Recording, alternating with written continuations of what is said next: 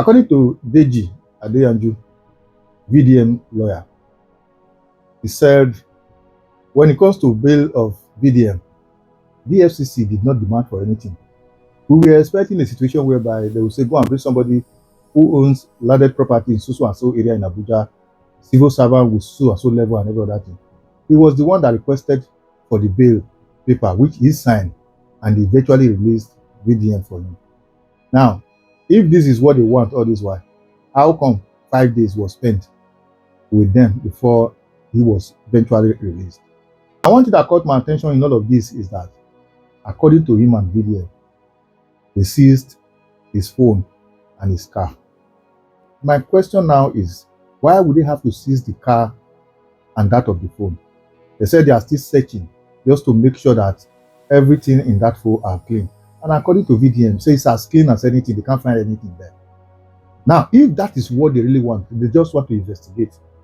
One will expect on that day after arresting him, they take him to his house, probably look for other gadgets like laptop, then take them to their office, write a statement. All these things are in our custody. Once we are through, we'll call you, we'll find anything. It will be as easy as anything. But you keep the phone, you keep the car, you keep very that black man until yesterday he was eventually released. EFCC, an agency that is dealing on financial crime.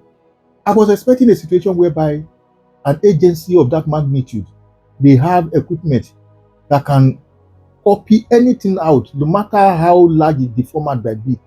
Because I've seen some cases when they take your phone in other countries, instantly they will plug it into something. Before you know it, every data, every information on that phone, within the tick of an eye, they will copy all of them out and save it somewhere and begin to search it one after the other and return your phone to you. By the time they eventually find anything, they will call you and begin to match it.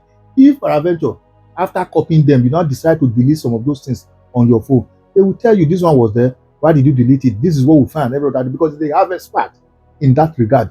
Are you telling us that EFCC doesn't have it? Phones that has been with you for the past 5 days, you could not give it back to the owner simply because you have copied everything. You are not trying to verify every information you have there. That means EFCC is now overrated. Or rather, is government not funding that establishment very well to have these things in place? Now, two things are involved here. That black man, the moment that phone is returned back to you, try as much as possible, go and flash it so that everything in that phone is wiped out so that it can be clean. And as for the car, please try as much as possible, no matter how expensive it is, don't use that car again. Go and sell it, because whether you like it or not, in that EFCC, we have the good, the bad, and the ugly. We have some who are clean, doing thorough jobs, while we also have those who are so desperate to make it by all means. Some of them can easily set you up. So it will not be the case of after 6-7 months, when you might have forgotten that there was a time you were in EFCC custody. You'll be driving along the road one day, security agencies will stop you. Before you know it, breaking news, very that black man is into white powder. He's into some stuff that the law of the land is against and all that. Before you know it, you are out from social media for good for a very long time. That is one thing some of us are praying it shouldn't happen to you.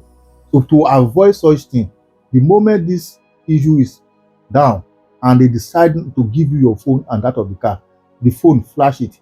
While the car, sell it. Don't use that car again. No matter what. Don't trust anybody. I am not saying all of them are corrupt. No. But one thing I'm doing to some persons, never you even trust yourself, let alone trusting another fellow human being. If EFCC, for no just reason, can maltreat you, beat you to that extent, blindfolded you to a place that you already know the address and every other thing, only God knows what their plan is. Now, they kept you for about 5 days. After that, they didn't have any reason why they were keeping you.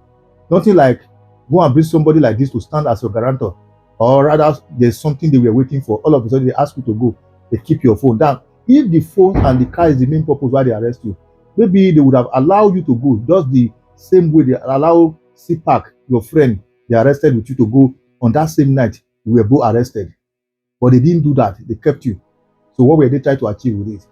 So one need to be very wise and cautious these days, and that is my humble suggestion. If you like it, keep it. If you don't like it, probably I'm overthinking. Anyway, share and follow the page.